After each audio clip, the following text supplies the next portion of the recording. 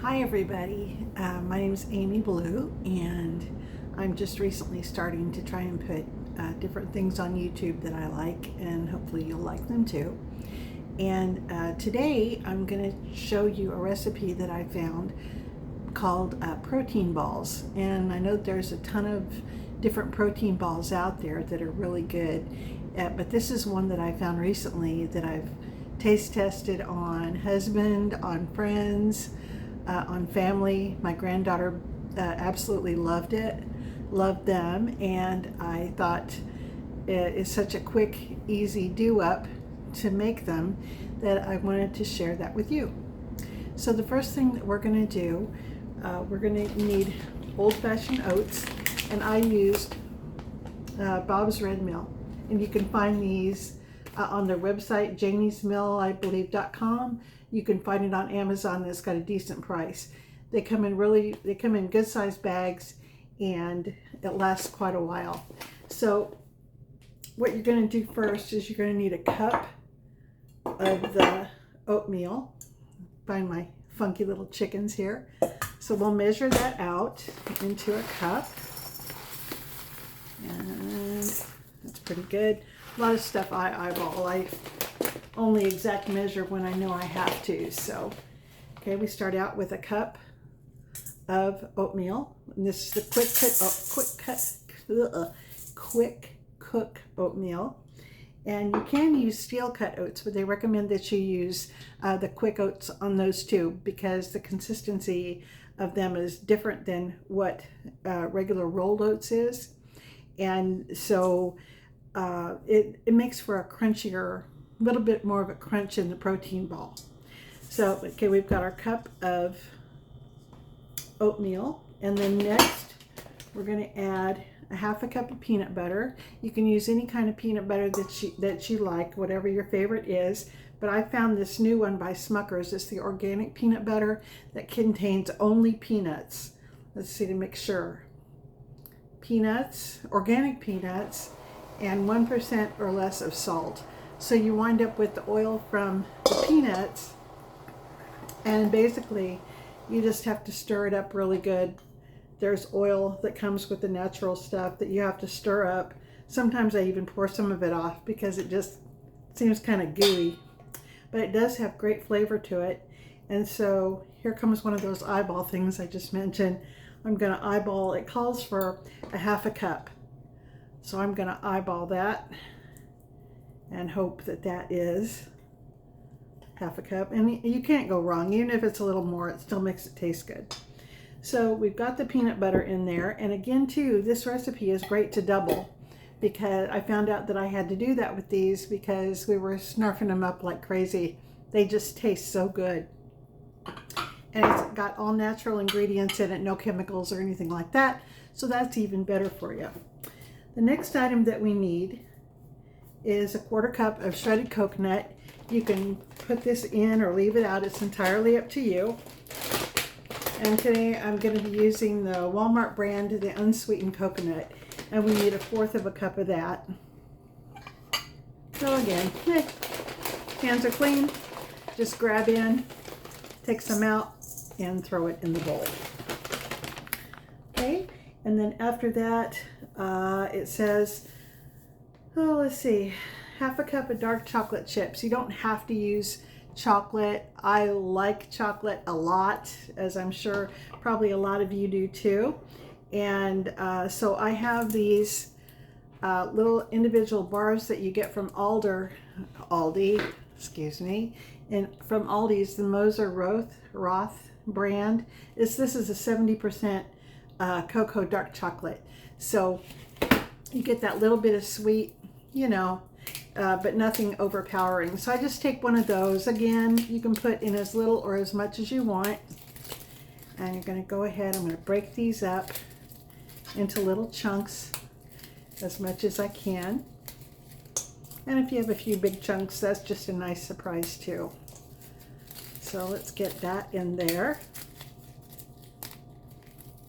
Okay. And the last ingredient in the recipe calls for 1/3 cup of honey. Make sure I get all the paper out of there. That wouldn't be good.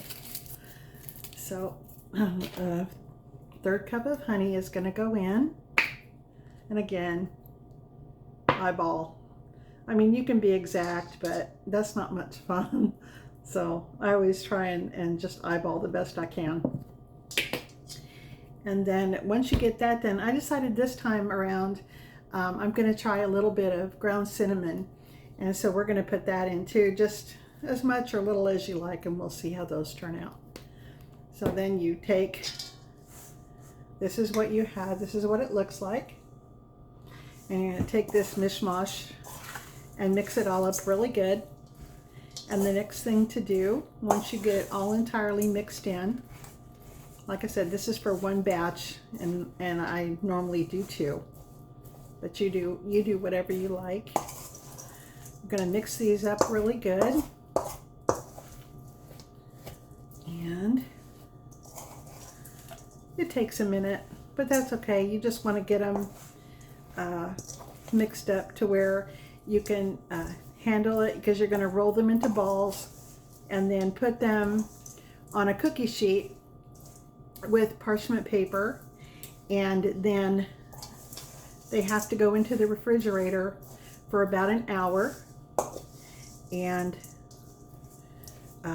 then they're good. Then you got to fight people off to keep them out of the refrigerator, because they're really good, really good. Let's see.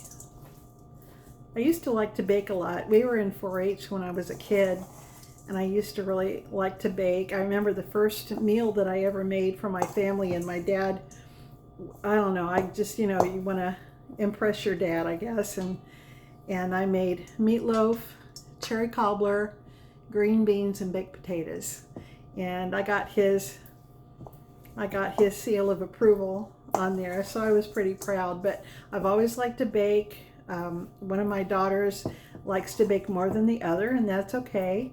And so I'm hoping that I can send this recipe to them and they'll give it a try too. It just makes something really good to grab, like if you're in a hurry to get out the door and you want something. So that way you can grab one or two or three or more of these and head out the door. And it's got a lot of good protein for you in there. Okay, well, this is mixed up really well, I think, for what we need it to do. You want it to look something like this. Okay, and then we're going to take, you can, one thing that works that I don't have, but I know that works really well, is a melon baller. You just get a large melon baller, but since I don't have one, I'm going to use a tablespoon. And you get a tablespoon and put it in your hand and just kind of shape it up. Doesn't have to be perfect, to where it's something like this, and it's going to go on the parchment paper. Let's see if we can't get another one going here. Yep. And if it's not quite wet enough, you don't want it too wet, but you want it to where it's going to stick together really well, you can always add a little more honey. There's another. We'll put that down. I'm going to go ahead and finish rolling these up, and then I will be back and show you what they look like when we're done. Hey everybody, I'm back, and we've got the protein balls all rolled up and ready to go into the fridge. I'll give you a panoramic view. This is what they look like, of course, in my batch. They're not perfect, but then again, they don't have to look perfect. They just have to taste good, right? So this is what you've got. I got 16 protein balls out of one batch. When I doubled them up the last time, ended up with about 34 when I doubled the recipe this last time that I did it. So these are going to go into the fridge for about an hour, and then once they're done, we'll come out, and you can keep them in a covered Tupperware dish, but it's best to keep them in the fridge so that they don't get all real soft and mushy. They don't last very long usually either, so I hope you really enjoyed this video, and I hope to make more. And welcome any comments that you might have, since this is really my first live, I guess you would call it.